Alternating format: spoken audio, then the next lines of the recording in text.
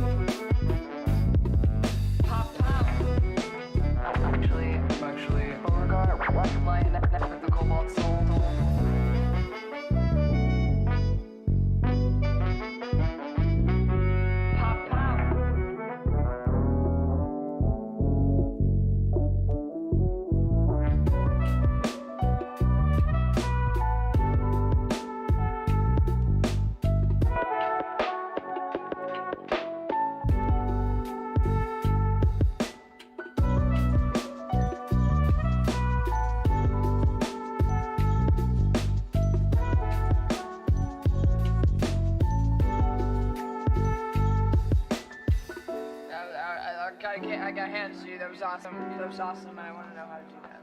You beat me. Very well. Your first lesson begins now.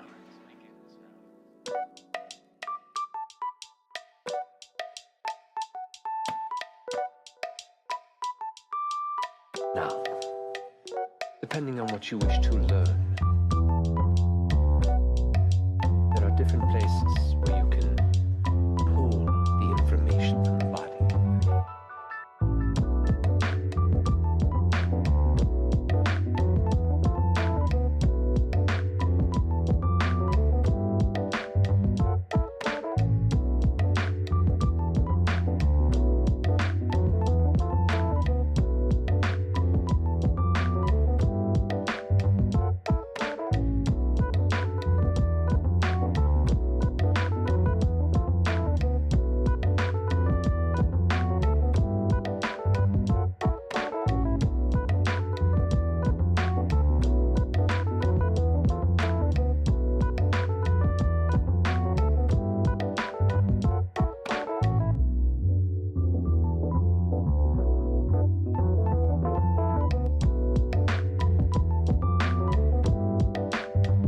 Pop, pop.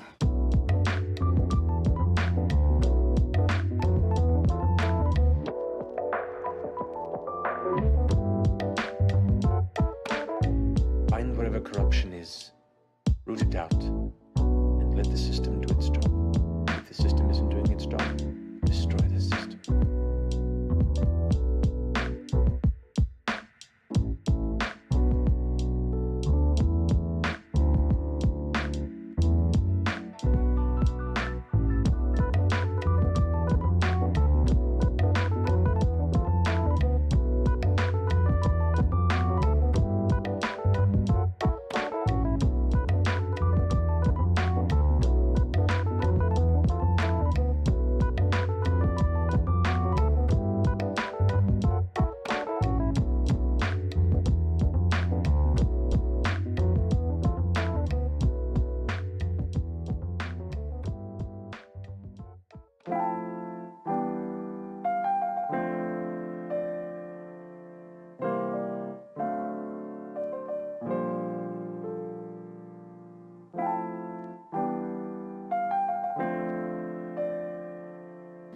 can see things. Look over here. Yeah? You look like a nerd.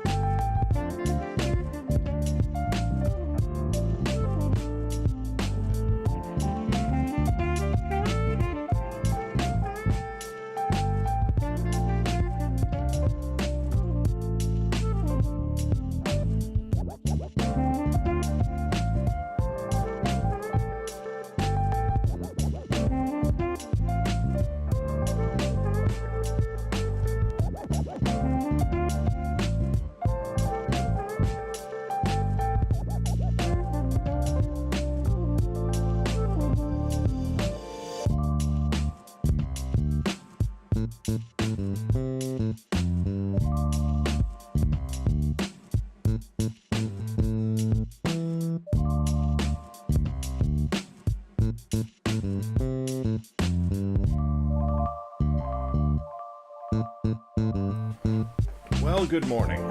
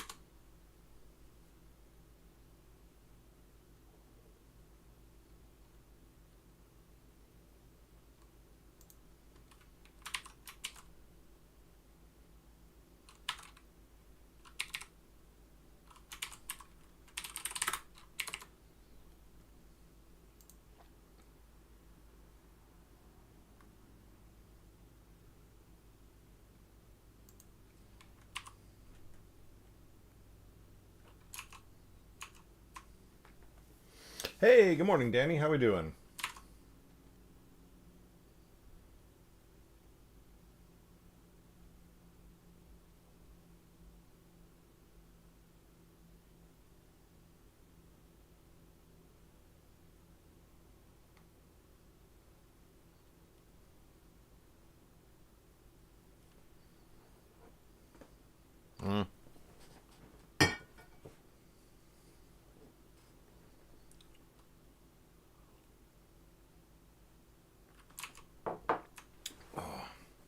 Tired? Hear that.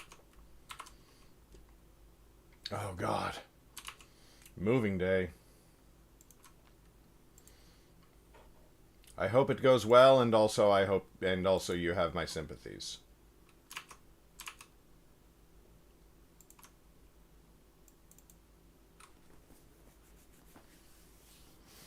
Yeah, I hear that.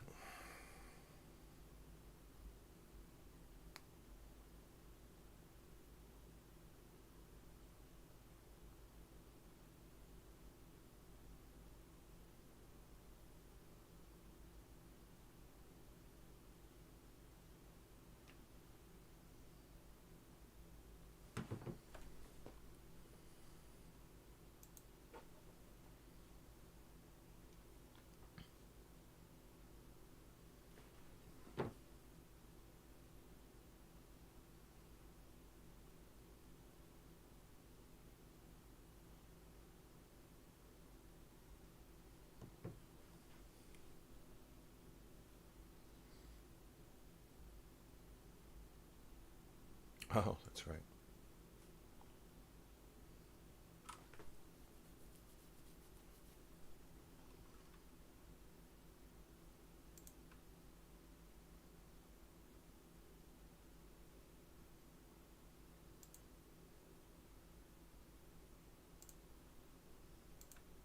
And so saying, she led them all marching east.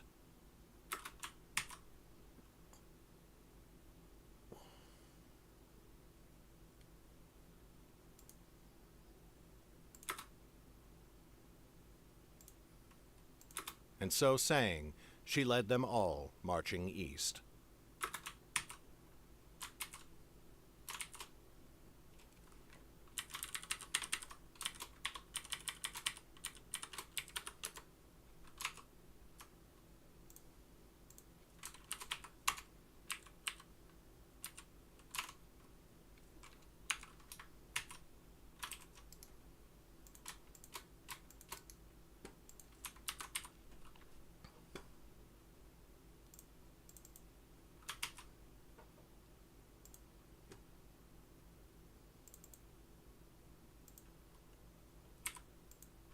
And so saying... Wait, what?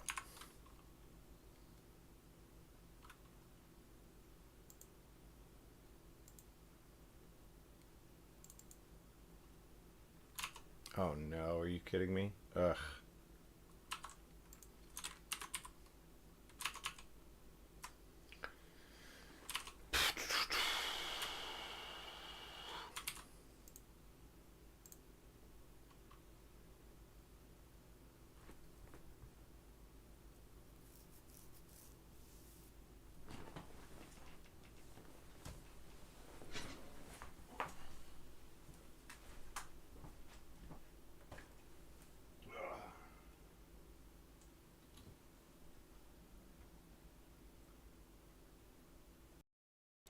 Check, check, check.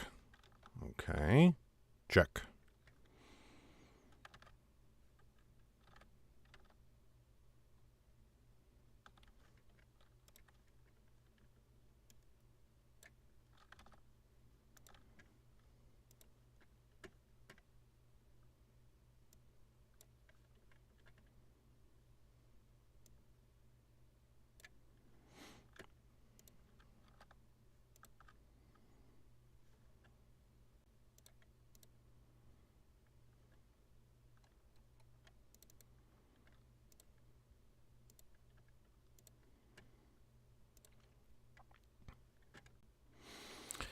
All right.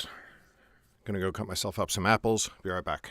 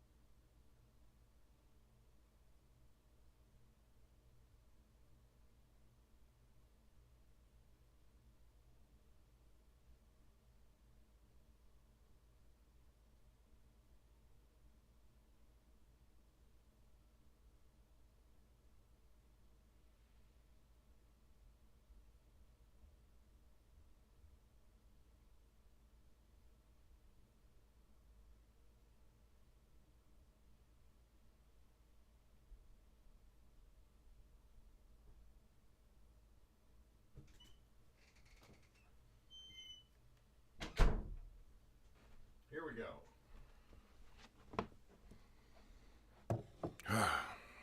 Man, June has been rough. Hoping we have a better July.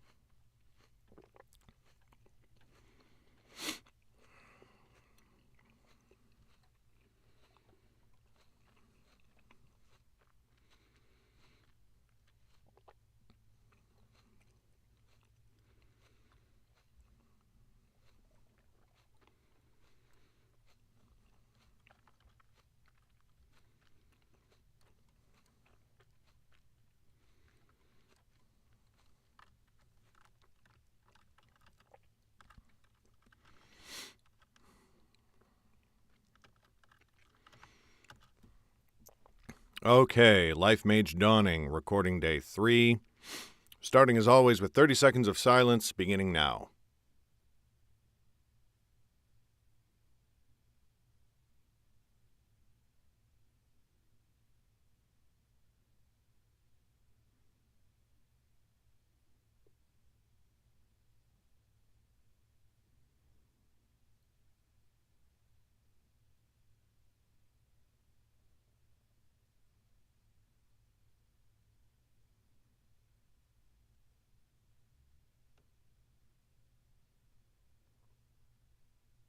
All right.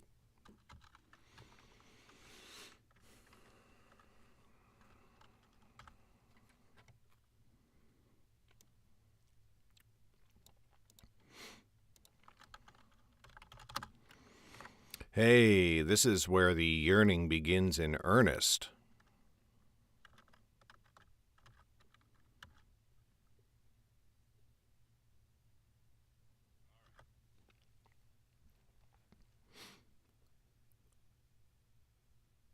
Chapter 4. Lifemage Dawning, Chapter 4.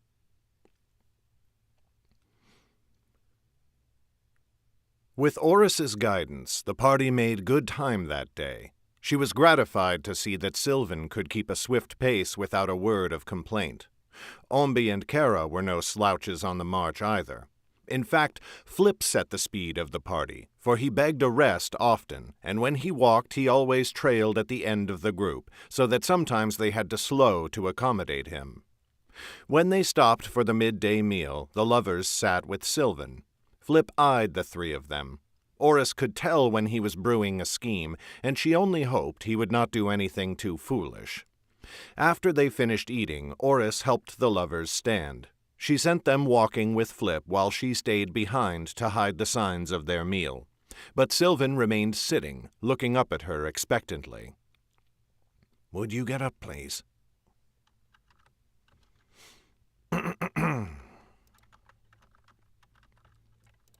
Not feeling particularly confident.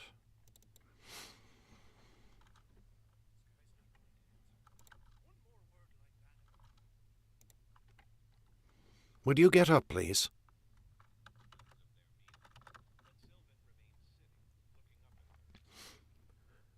Would you get up, please? Said Oris in an even tone. I'm trying to conceal our presence, now that we know folk are hunting us.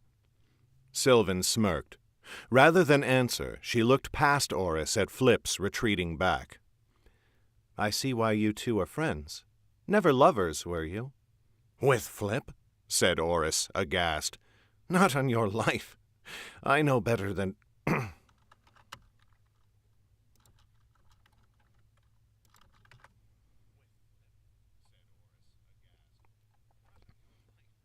I know better than to entangle either my heart or my loins with someone as shrewd as he. I am glad to hear it, said Sylvan, her smirk growing to a smile. Well?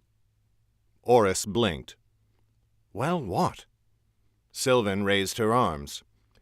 You helped the lovers up. I was waiting for the same. Oris scowled, but then she stepped forwards and took Sylvan's hand. She ignored the calluses on Sylvan's palms, no doubt left there by her swords. She ignored the softer skin of Sylvan's wrists, smooth and supple. She ignored the iron grip Sylvan took on her wrist, the tautening of the muscle beneath the flesh, and the little sigh as Sylvan pulled up while Oris pulled down. Oris took notice of none of it, very deliberately. "Thank you," said Sylvan. Her smile was too knowing. "I had no idea you would be so strong when I was sent to find you." Oris ignored that, too, and turned to set off after Flip and the lovers. Her cheeks were aflame. Less than an hour before the sunlight vanished, Oris called a halt. They quickly built their tents. Oris built Flip's for him in repayment of his packing that morning, while Flip went off to set his magical barriers that would warn of anyone approaching. His fingers wove through the air as his eyes glowed. The air seemed to grow more solid, twisting around itself like the weave of a basket before returning to normal. But Oris knew there was still something there, an invisible barrier that could be passed through easily, but not without setting off a warning in Flip's mind that would even wake him from sleep.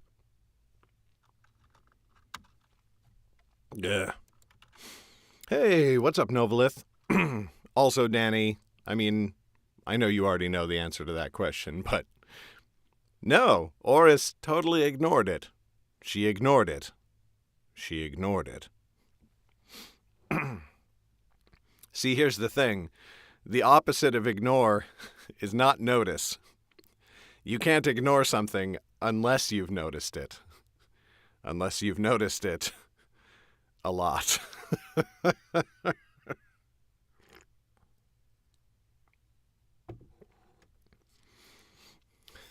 Hear, hear, Novelith.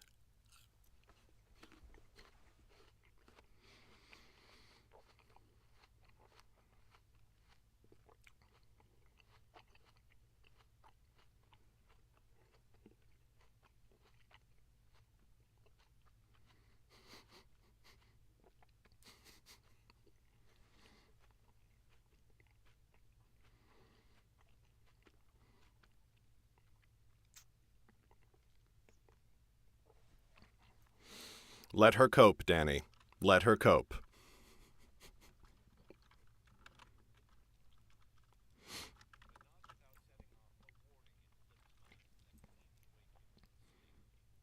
Sylvan fetched an armful of firewood without having to be asked. She built it into a cone, and Flip lit it with a minor spell, a flash in the eyes and a bolt of flame that caught the kindling at once. They were all too tired to hunt, especially with such plentiful food in their packs, and so they ate of dried meat and bread. Soon Sylvan stood from her place by the fire. "Well, I am off for sleep," she said. "I imagine we will set a watch tonight." "I put up a spell," said Flip through a mouthful of food.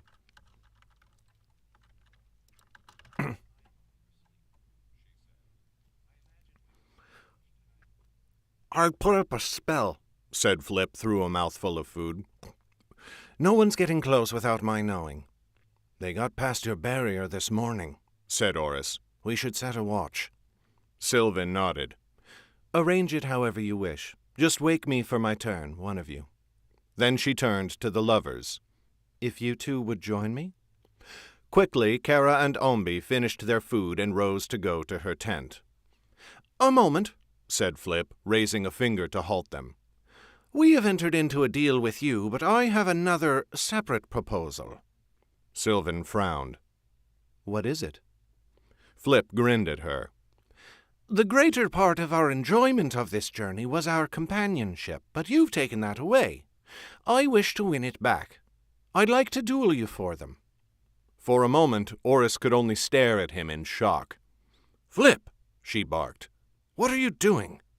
But Flip ignored her, and Sylvan only smiled at Oris. She did not seem angry or even very alarmed.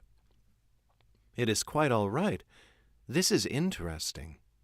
Her attention went back to Flip. "Are you certain you want to fight me?" "I am," said Flip.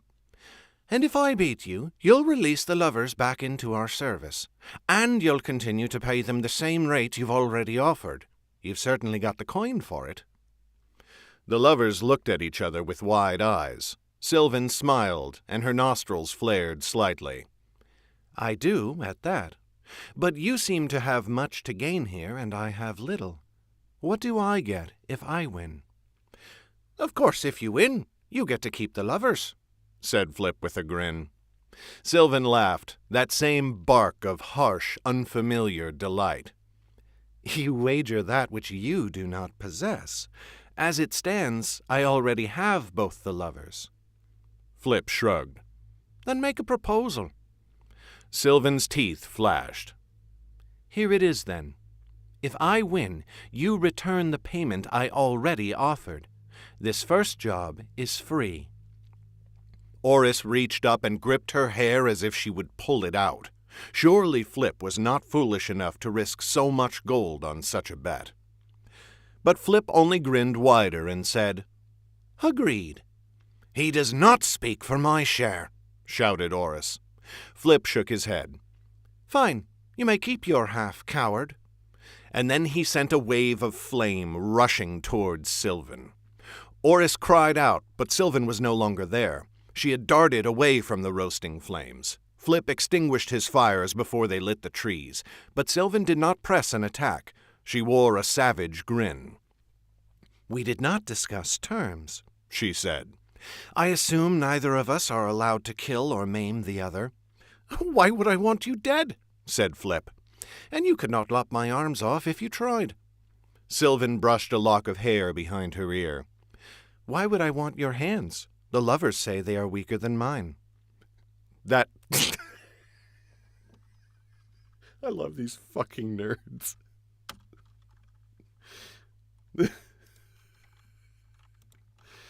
Oh, boy.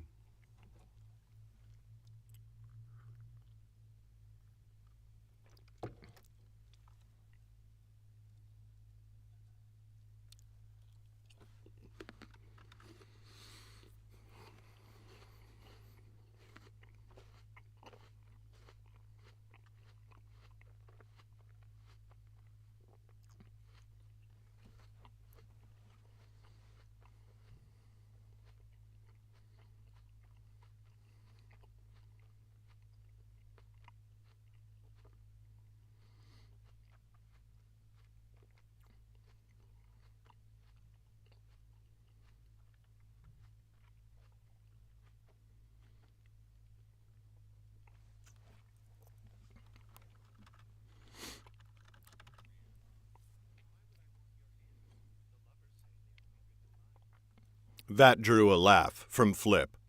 Then stop bouncing your jaw. He loosed lightning upon her, but Sylvan raised her swords. The bolt struck the blades, arcing into their wooden hilts and Sylvan's leather gloves. Sylvan's whole body spasmed, but she did not fall. Flip barely had time to look surprised before she launched herself towards him. He yelped, and his eyes flashed with light again. He pressed air into the ground, propelling himself over Sylvan's head. She stopped on the spot and turned with a kick. It took Flip in the back, and he went sprawling on the ground.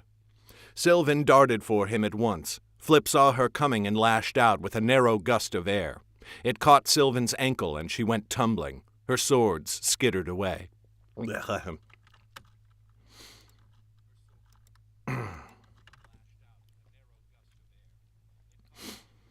And she went tumbling. Her swords skittered away. Flip scrambled to his feet. Again his eyes lit, and wind blasted Sylvan, knocking her on her back and flinging her legs into the air. With Sylvan's blades gone, she lunged and threw her fists at Flip instead.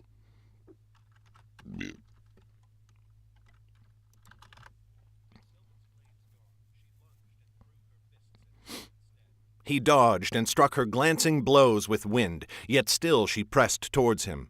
Suddenly he kicked hard at her knee. Sylvan gave a heavy grunt of pain and fell face down.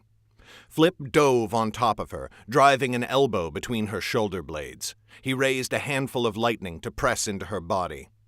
Sylvan threw her head back, smashing Flip's nose. He flew off her with a cry of pain and a spurt of blood. And then, suddenly, Sylvan looked up at Oris, teeth bared in a secret grin. And in that instant, Oris realized the truth. Sylvan was putting on a show. She was letting Flip keep up with her. Then Sylvan was on her feet again. She raised her fists as if she were in a bar fight, stalking towards Flip as he tried to find his feet. "Come on, then," said Sylvan.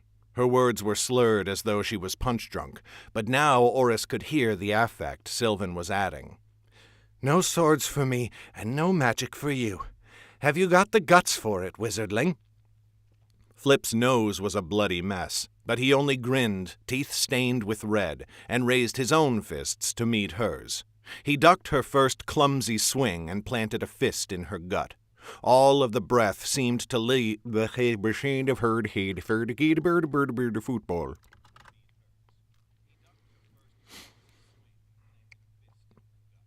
All of the breath seemed to leave Sylvan as she gave a great woof, but she got 2 blows in on Flip's ribs, making him wince and withdraw into himself.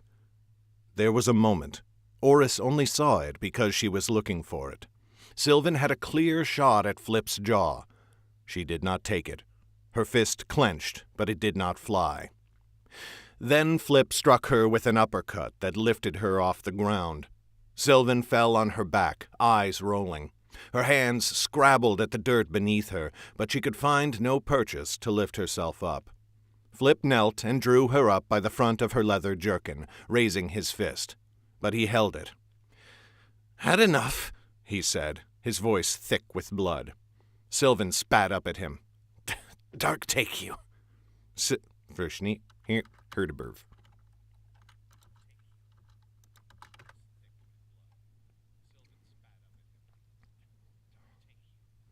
Flip punched her. Her head lolled to the side, though she was not quite out. "Come now," he said. "No reason for you to go to bed early. Yield." For a moment she did not answer, but only panted hard, looking up at him. Then she spit again, but to the side. "I yield." Flip smiled down at her. Then he stood, but he pulled her up after him. She looked unsteady on her feet, and Flip threw an arm around her shoulder. "All right," he said. "I've decided I like you." Sylvan wiped blood from her lips. "I suppose I am honored." Flip laughed, and his grip on her tightened. "Of course you are. Sleep well tonight, alone though you might be." He released Sylvan. She stumbled, but Oris caught her. Then the lovers came running up to Flip, clapping and laughing with delight. They tended to his nose and his other hurts, dabbing them gently with water and kissing them once they were clean. Flip's grin was as wide as Oris had ever seen it, and he turned it on her at last. "The world has been set to rights," he proclaimed.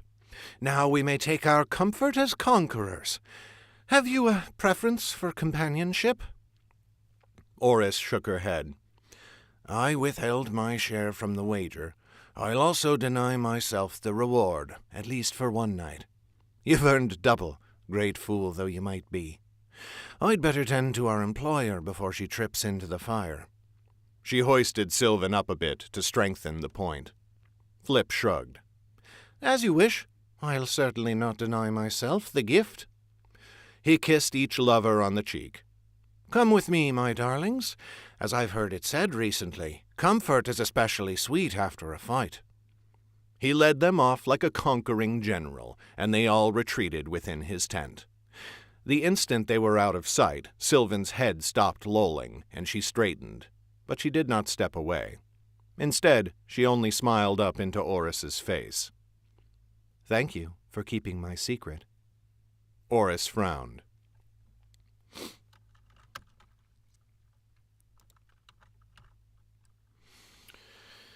I love these fucking nerds.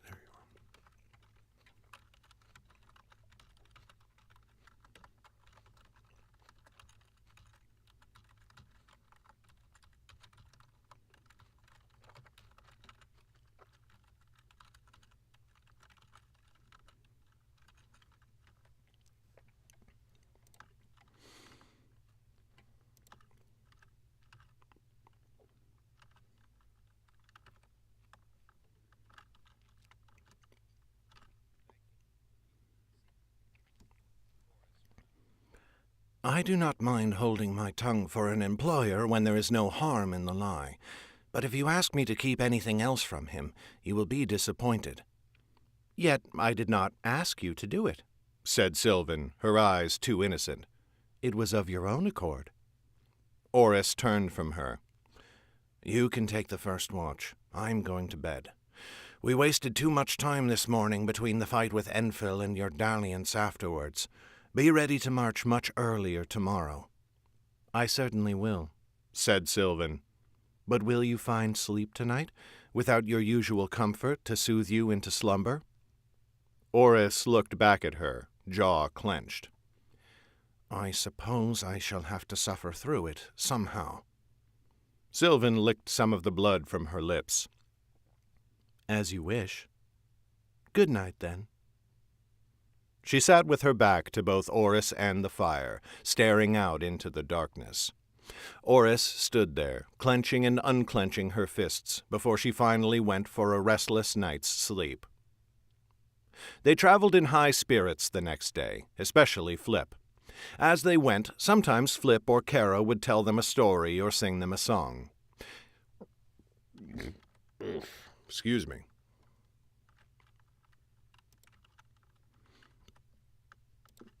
It's about the motherfucking yearning.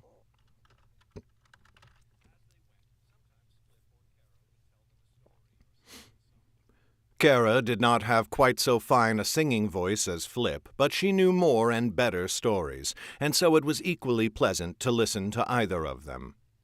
Oris guessed they were 8 days away from Drakmund, or may up as much as a week if they continued at their leisurely pace. But autumn was slowly claiming the land around them. It often drizzled, and sometimes the drizzle turned to rain. The day after that, the rain swelled into a terrible storm. Fortunately, they had sheltered overnight in a shallow cave, and so Oris ordered them to remain there for the day and wait for the weather to lighten. They kept a fire going, sitting around it and talking all the while, and every so often Oris or Flip would steal away to their tent with one of the lovers. Each time, Sylvan wore a faint smile as she watched them go.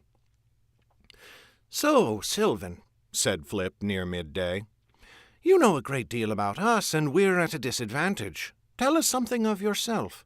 Whence do you hail?" Sylvan looked somewhat surprised. She considered for a moment before answering. "I have lived many places in my life, but lately I have dwelt near Garsek." "Garsek?" Flip's brows rose. "I know it well.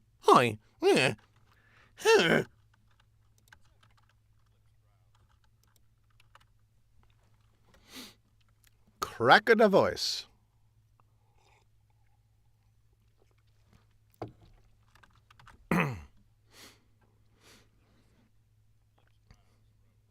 I know it well. Kara peered at both of them curiously. I always wondered why someone would choose to live in Garsek instead of on the seat. They are close enough that it seems you could choose either one, and Garsek cannot be as grand. The seat may be bigger, but that's not always a blessing, said Flip. Garsek has many benefits all its own. It is large enough to provide all of a city's finest delights, said Sylvan with a smile and a nod. Yet it is free from the intolerably arrogant folk who clog the seat like flies in a sewer. Flip laughed. Just so. And do you have a family name? And what holds you in Garsek? No family name, said Sylvan, shaking her head. And currently, nothing holds me in Garsek. That is why I am here. Flip rolled his eyes and leaned back. But then, before he could respond, he winced and sat back up straight, placing a hand to his chest.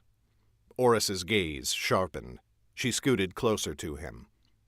Flip, she whispered. Are you all right? Fine, he groused, just as quietly. It's the same pain. No pain.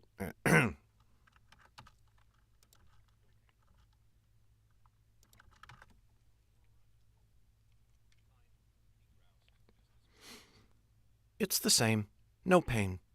No better, but no worse. And it could have been much worse. What is it? Said Sylvan from across the fire, frowning. Are you hurt? I'm not, said Flip shortly. "It's fine. He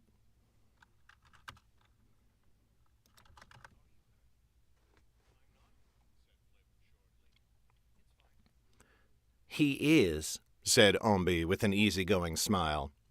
"On his chest. It must be bad. He never removes his tunic." Sylvan smirked. "Not even when—" "Not even then," said Ombi, chuckling. "Mayhap it is not so painful, but only looks bad, and he is vain." "I'm not," said Flip. "Well, you are, if we're being fair," said Oris. But Sylvan's smile had left her eyes, which had narrowed slightly. "When did you take the injury?" "Don't concern yourself with it," said Flip. Sylvan frowned. "Philip?" "A jilted lover stabbed me," said Flip in exasperation. "That's why I sought comfort in Ombi, and don't call me Philip." Kara laughed aloud. "What a scandalous tale," she said, "and of course not true."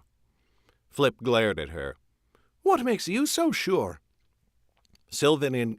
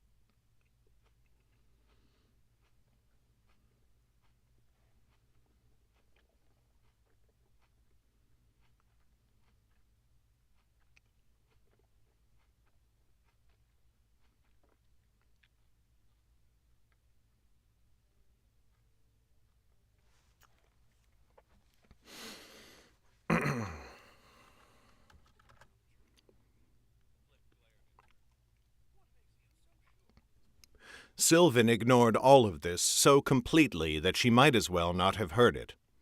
"Were you injured in the Battle of Wellmont?" That stopped Flip cold. Oris, too, now stared straight at Sylvan with a razor-sharp focus. "What makes you say so?" said Oris, fighting to keep her voice neutral.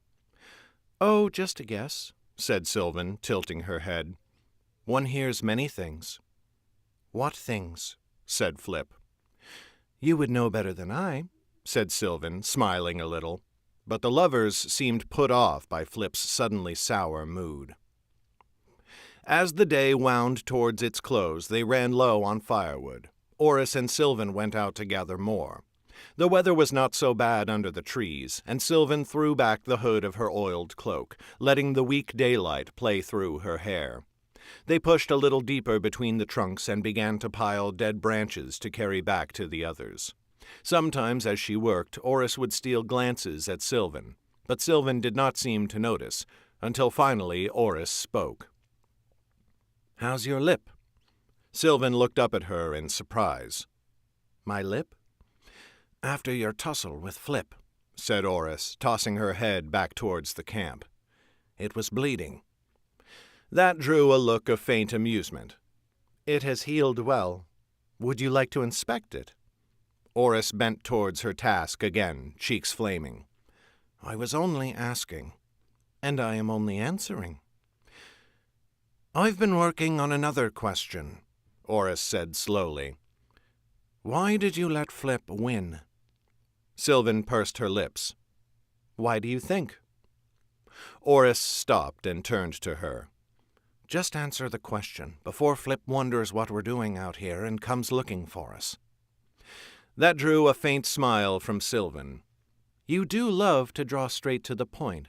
It is admirable in its way, but so horribly dull. Let me at least give my answer in a more entertaining way. You say you have been meaning to ask me this question. That means you have been thinking about it. Tell me then, why do you think I let him win?" Oris ran her hand back through her hair, brushing some of the water out of it before pulling the hood of her cloak up tighter around her.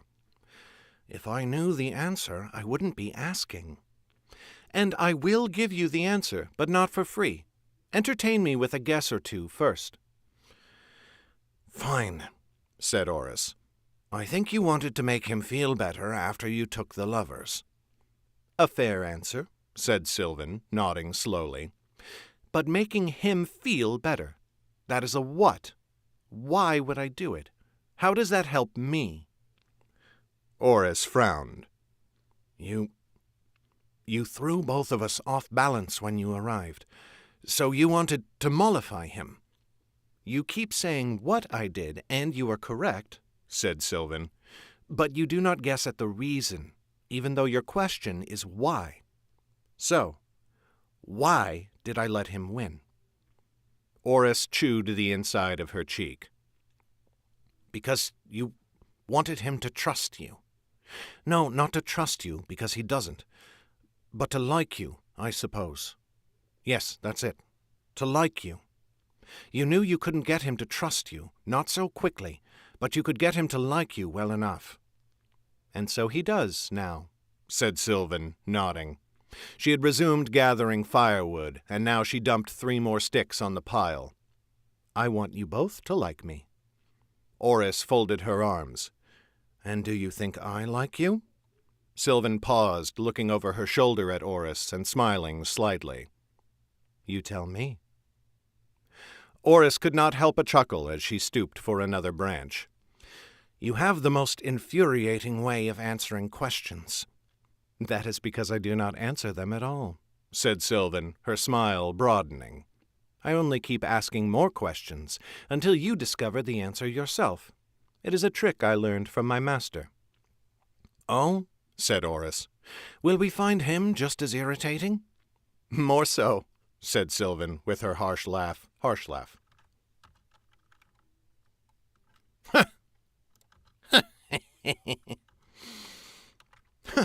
More so.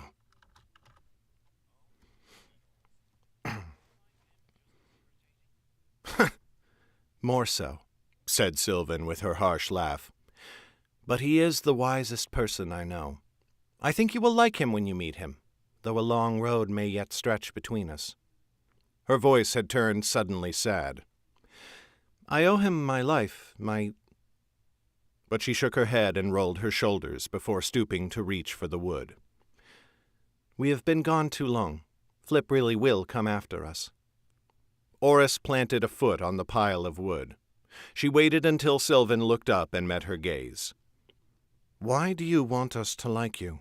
She said.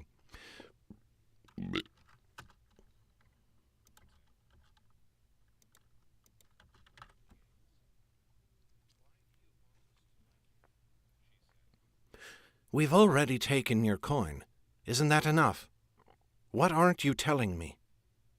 Sylvan gave her a sad smile.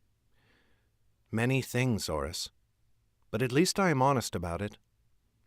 What more can you tell me? Pressed Oris. I need something. Sylvan stood straight. They were very close together. You said yourself that coin should be enough. What more do you need from me? Oris could hear her own pulse in her ears. A reason to trust you, for one thing, as well as some assurance that we won't regret taking your offer.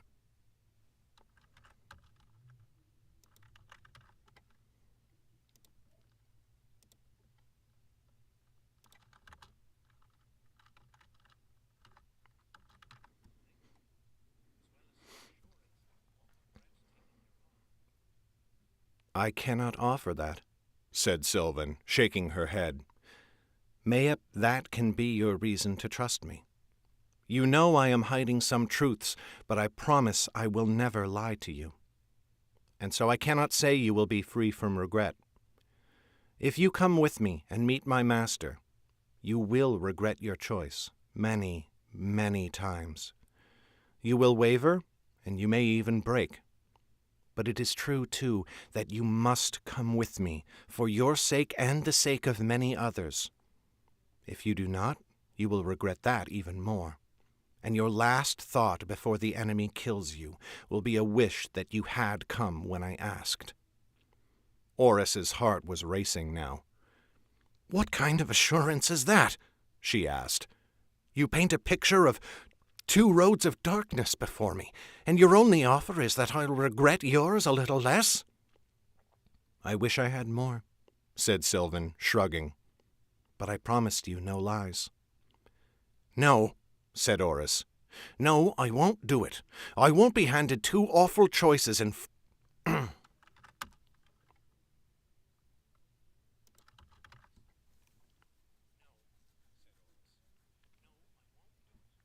I won't be handed 2 awful choices and be forced to choose. I'd rather not play the game at all. Sylvan frowned, and Oris could see her fighting her own frustration. Refusing to choose is its own choice, she said. I am sorry you do not think my reasons are enough. I have told you all I can, but you can learn the rest. Just do the one job I have hired you for. Come to Drakmund and meet my master. Then you can decide if you want to take the next step, Oresiat.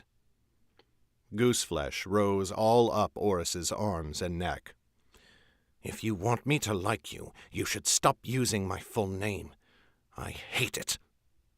She pushed roughly past Sylvan and stalked back off towards the camp.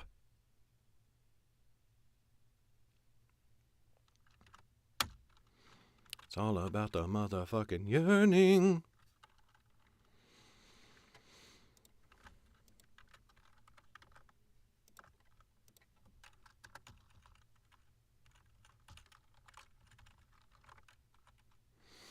Okay.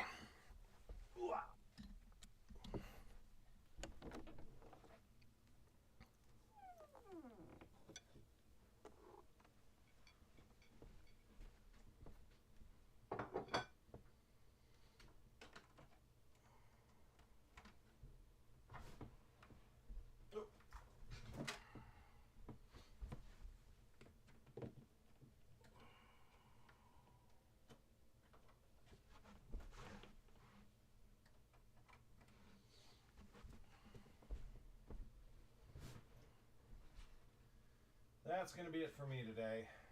Hey, Vale, sorry I missed your arrival. I was all in it. All up in that scene? There we go. The Chair Chat Files.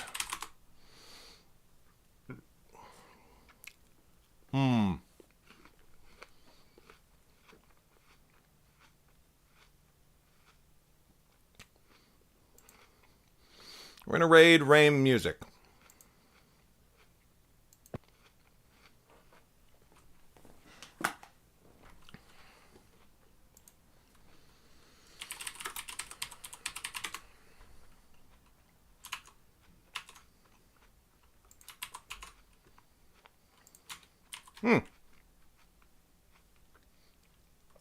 Fascinating. Holy shit. That can't be right.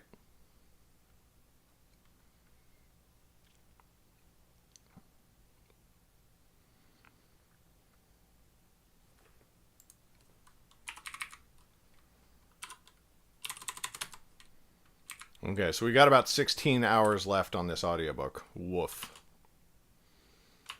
So brutal. Thanks for coming by and hanging out, everyone.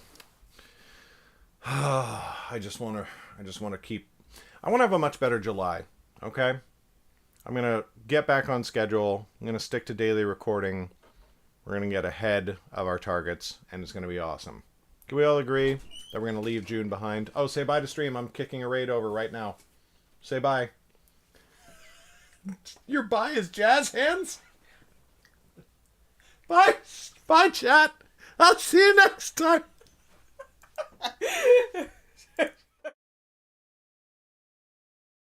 Was wearing the wig. Arivia, hi, welcome. But doesn't Pikita look so cute? Oh my god, the wig is like so messy. Hey, thank you, VlogaNovel. Thank you so much for the raid. Hello. Thank you for raiding into Rame stream. My name is Pikita. Oh my goodness. Was